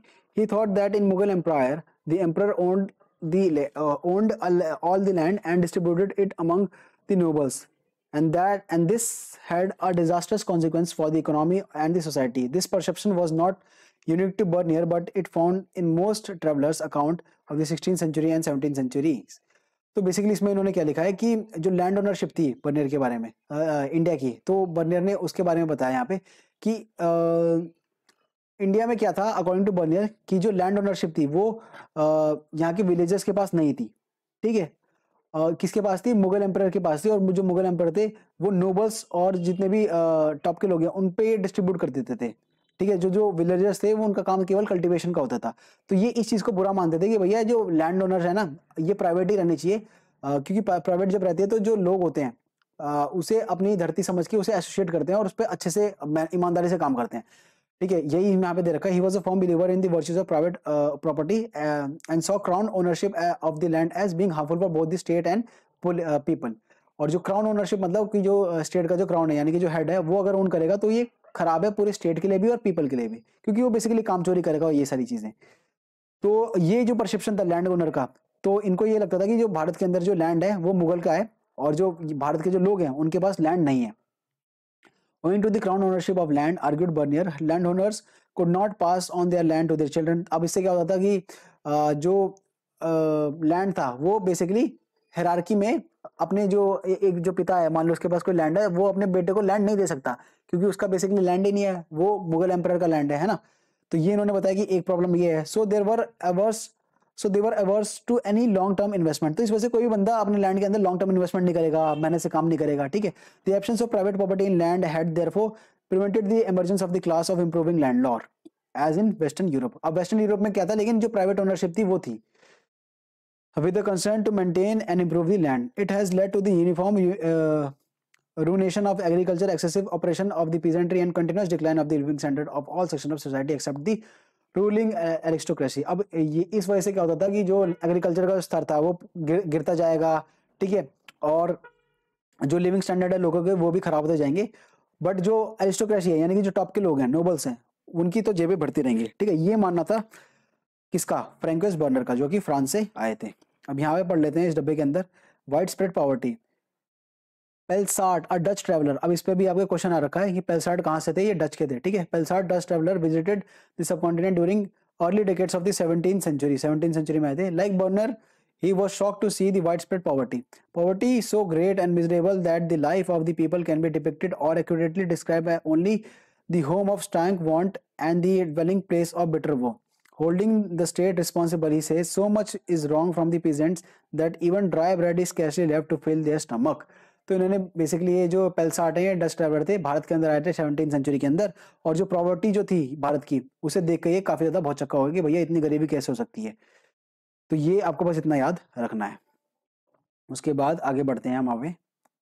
The poor peasant, an exam from Bernier's description of the peasantry in the countryside.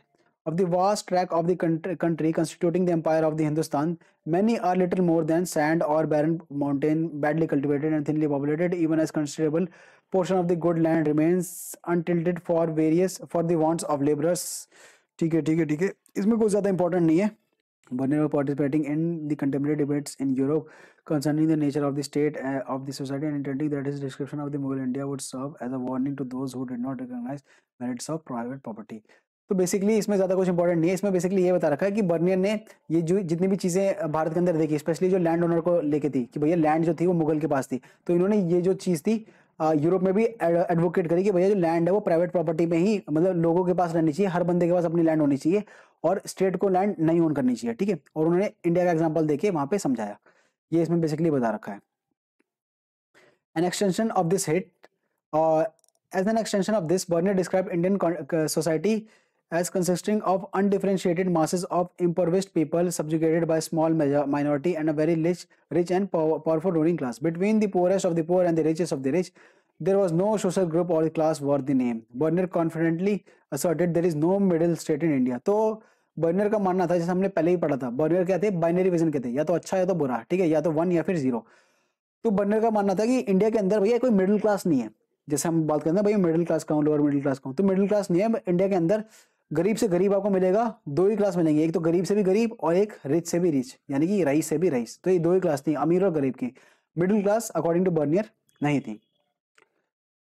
This then is how Bernier says the Mughal empire.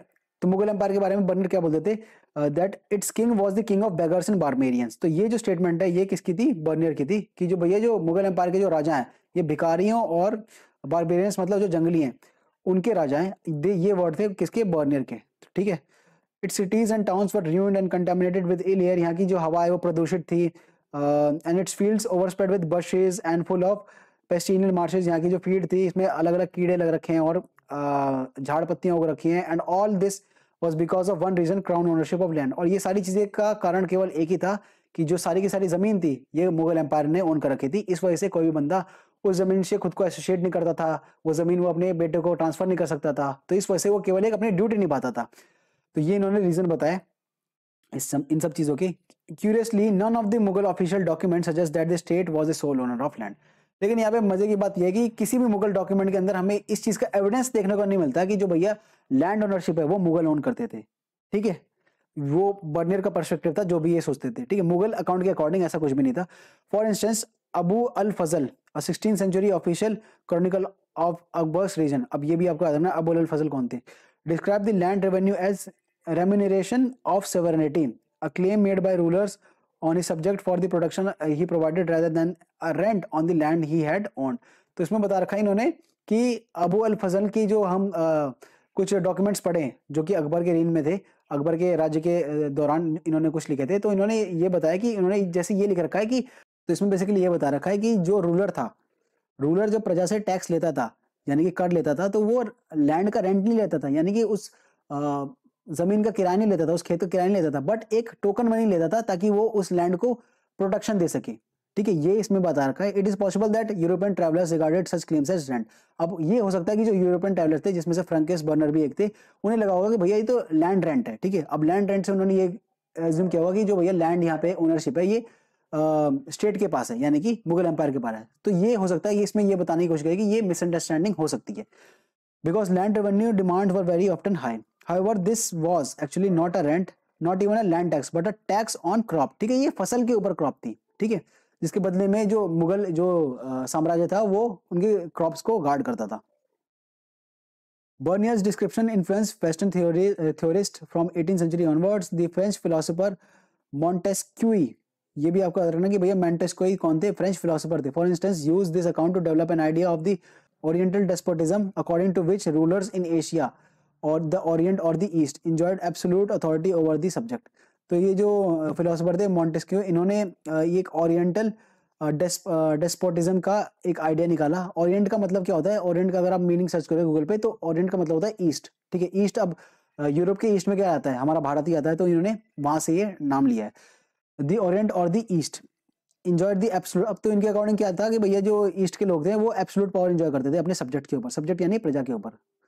who were kept in condition of subjugation and poverty, arguing that all land belonged to the king and that private property was not non-existent. According to this, everybody except the emperor and his nobles barely managed to survive.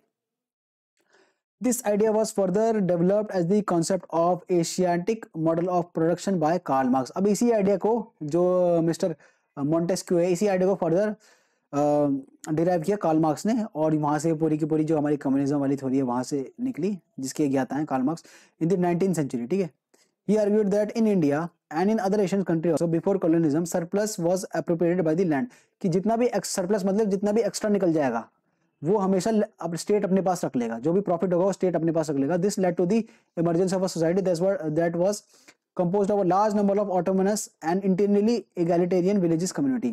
The imperial court presided over these village communities, respecting their autonomy as well as the flow of surplus was unimpeded. This was regarded as the stagnant system. तो इसके वजह से क्या होता था कि एक stagnant system हमारा डेवलप हो रहा था। stagnant यानी कि एक ही जगह पे हमारा इकोनॉमी रुकी रहेगी, ना तो ऊपर बढ़ेगी ना तो नीचे जाएगी। However, as we will see in chapter 8, this picture of rural society was far from true. तो 8वीं चैप्टर के अंदर हम देखेंगे भैया जो पूरा का पूरा ये बता रहे हैं, जिसमें बर्नियर ने बताया ये सारी चीजें बताई, ये सच्चाई से कई ज्यादा दूर थी। ठीक है, इनके ऑब्जर्वेशन सही नहीं थे। A more complex social reality. While Bernier's preoccupation with projecting the Mughal state as tyrannical is obvious, his descriptions occasionally hint at a more complex social reality. For instance, he felt that artisans has no incentive to improve the quality of the manufacturers since profit was appropriated by state. Manufacturers were consequently everywhere in decline. At the same time, he concluded that vast quantity of world's precious metals flowed into India as manufacturers were exported in exchange of gold and silver. He also noted that existence of prosperous merchant community engaged in long distance exchange.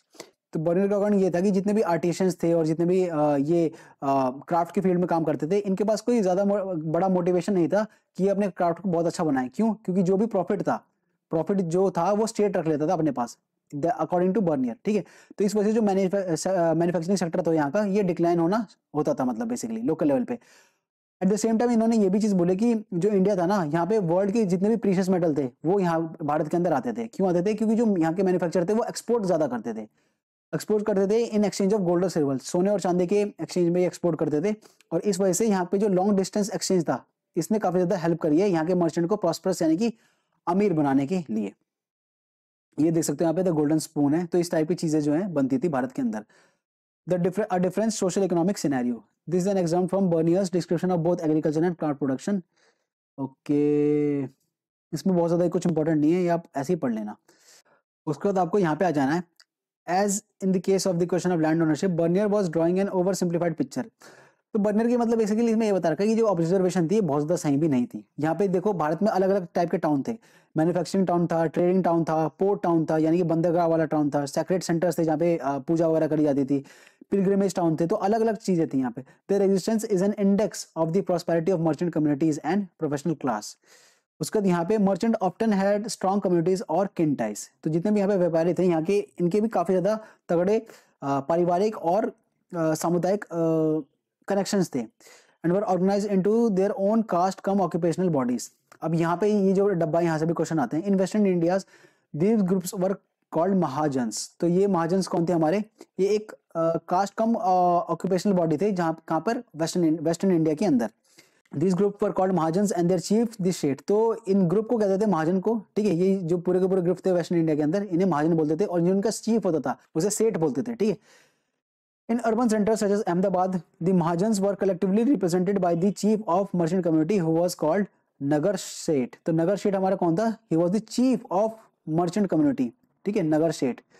Other urban groups included professionals classes such as physicians, hakim and vaid, teachers, pandit and mullah, lawyers, vakil, painters, artisans, musicians, calligraphers, etc.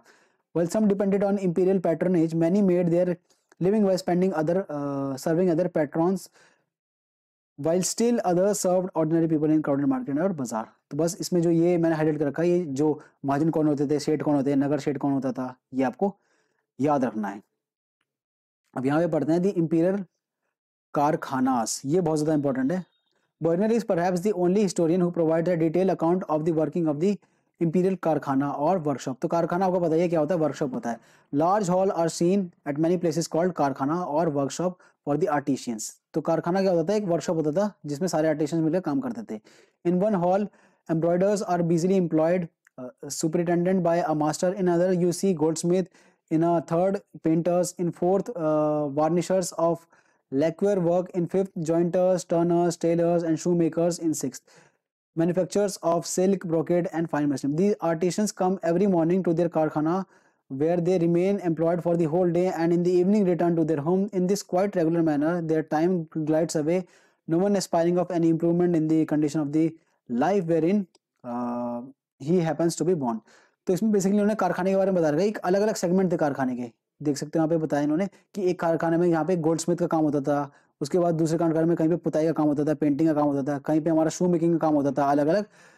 तो इन्होंने ये बता रखा। Basically आपको कारखाना याद रखना है। कारखाना की ऑब्जर्वेशन किसने करी थी, तो बर्नियर ने कारखाना की ऑब्जर्वेशन करी थी और ये बेसिकली वर्कशॉप थी जहाँ पे अलग अलग काम होते थे।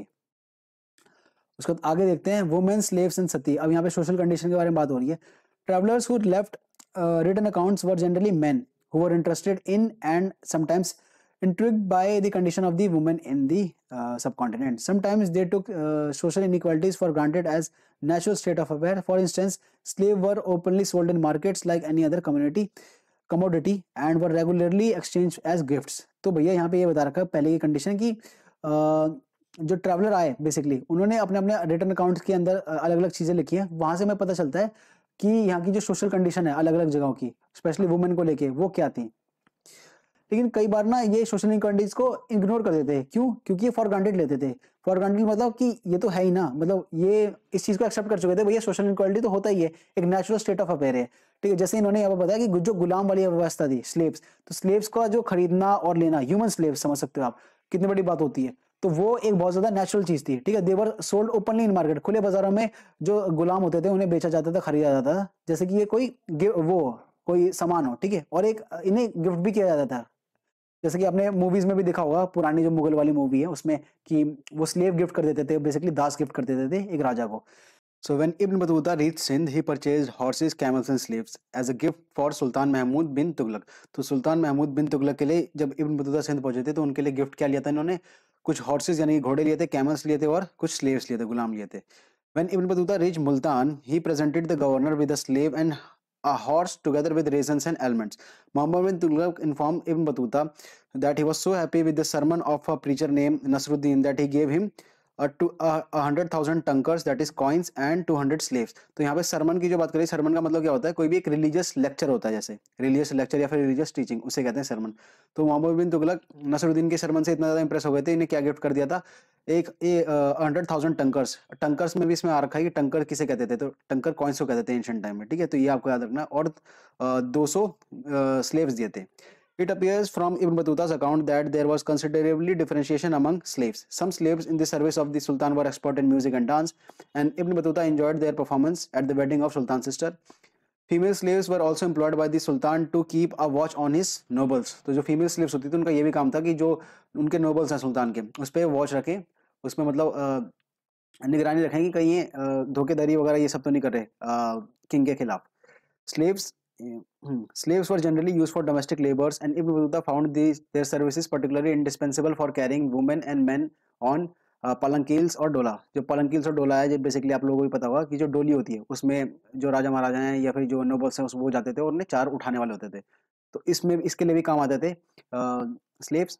और the prices of slaves particularly female slaves required for domestic labour was very low. ये आपको याद रखना कि जो फीमेल स्लेव्स थी जो डोमेस्टिक लेबर का काम करती थी उनके प्राइस काफी ज्यादा कम थे, और कोई भी फैमिली जो थोड़ा बहुत भी अफोर्ड कर सकती थी, थोड़ी बहुत भी ठीक ठाक थी, वो एक या फिर दो स्लेव रखती ही थी, ठीक है, यही लिख रखा है। And the most families who could afford to do so kept at least one or two of them. Contemporary European travelers and writers often highlighted the treatment of women as a crucial marker of differences between Western and Eastern societies. Not surprising, Bernier chose the practice of sati for detailed description. He noted that while some women seemed to embrace death cheerfully, others were forced to die.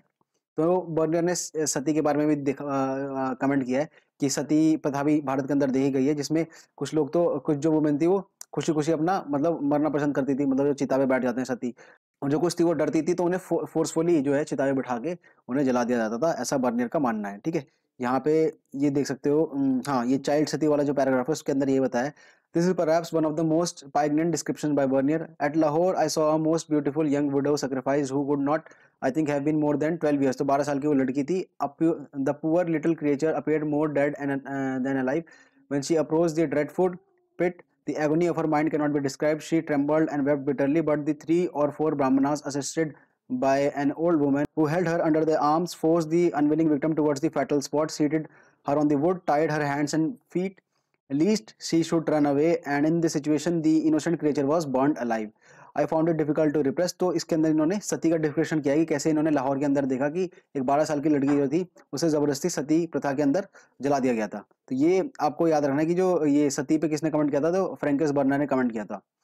उसका यहाँ पे देख लेते हैं क्या लिखा है, slave women. Ibn Battuta informs us that it is the habit of the emperor to keep with every noble a great or small one of his slaves who spies on the noble। तो ये वही basically बता रखा है जो हमने यहाँ पे पढ़ा था कि जो स्लेव्स थी, फीमेल स्लेव्स, वो नोबल्स के पास रहती थी स्पाइंग करने के लिए, जासूसी करने के लिए। Most female slaves were captured in raids and expectation. इस पे क्वेश्चन आ सकता है कि मोस्ट फीमेल स्लेव्स हमारी कैसे कैप्चर करी जाती थी। तो जितनी भी हम एक साम्राज्य से दूसरे साम्राज्य पे हमला करते थे, तो वहां से जो दूसरे साम्राज्य से हम जो वहाँ की औरतें थी उन्हें स्लेव्स बना लेते थे ये लोग। तो ये इसमें बताया गया कि most of the female slaves were captured in red and expedition, ठीक है, तो ये इसके अंदर बताया गया है। आगे देखते हैं हमारा क्या है। However, women's lives revolved around much else besides the practice of sati. Their labor was crucial in both agricultural and non-agricultural production. Women from merchant family participated in commercial activities, sometimes even taking merchandise disputes to the court of law. It is therefore seemed unlikely that women were confined to the private spaces of their homes. तो इसमें ये बताया कि हालांकि इन सारी चीज़ों के बावजूद वुमेन को हम ये नहीं कह सकते थे कि भारत के अंदर प्राइवेट स्पेस या फिर केवल कमरे के अंदर ही बंद करके रखा गया था, क्योंकि वुमेन यहाँ पे देख सकते हो एग्रीकल्चर प्रैक्टिसेस में भी यूज होती थी, नॉन एग्रीकल्चरल प्रोडक्शन के अंदर भी वुमेन का बहुत ज़्यादा कंट्रीब्यूशन था। साथ ही साथ जो मर्चेंट फैमिली थी, जो व्यापारी फैमिली थी, तो उसमें व्यापार में भी हाथ बढ़ाते थे यहाँ की वुमेन्स, उन फैमिलीज की। और जो कोर्ट ऑफ लॉ है उसमें भी कुछ डिस्प्यूट्स वगैरह होता तो खुद को रिप्रेजेंट कर देती। तो ये पूरा का पूरा इस चैप्टर के बारे में था दोस्तों। इसमें आपको ये देख लेना है, ये कई बार पूछ लेता है कि स्कल्प्टेड पैनल कहाँ से हमें मिला था जिसमें ट्रैवलर्स को डिपिक्ट कर रहे थे, तो ये मथुरा से मिला था। तो इस टाइप की चीज़ें, और ये जो हैं जो मैंने हाईलाइट कर रखे हैं कि जितने भी ट्रैवलर्स हैं और ये कहाँ से आए थे, जैसे मोहम्मद इब्न अहमद अबू, ये उज़्बेकिस्तान से आया था। मार्को पोलो इटली से आए थे। इब्न बतूता मोरक्को से आए थे। अब्दुल रज़ाक समरकंडी से आए थे। उसके बाद ये निकितिन, जैसे निकितिन का आप पूरा चैप्टर पढ़ लोगे, निकितिन का कोई ज़िक्र ही नहीं है इस पूरे चैप्टर में, बट आपको ये याद रखना है क्योंकि लास्ट में दे रखा है। निकितिन कहाँ से आए थे? रशिया से आए थे। बारबोसोव पोर्टुगल से आए थे। सईदी अली राइस तुर्की से आए थे। एंटोनिया स्पेन से आया था। महमूद वली बल्कि बल्कि से आए थे। पीटर मंडी इंग्लैंड से, और ट्रेवनर हमारे फ्रांस से, और बर्नियर जिसके बारे में हमने पढ़ा था वो फ्रांस से। तो दोस्तों this was all about this chapter. अब नेक्स्ट वीडियो में हम इसके सारे प्रीवियस क्वेश्चन करेंगे। तो मिलते हैं आपको अगली वीडियो में, तब तक के लिए जय हिंद, जय भारत।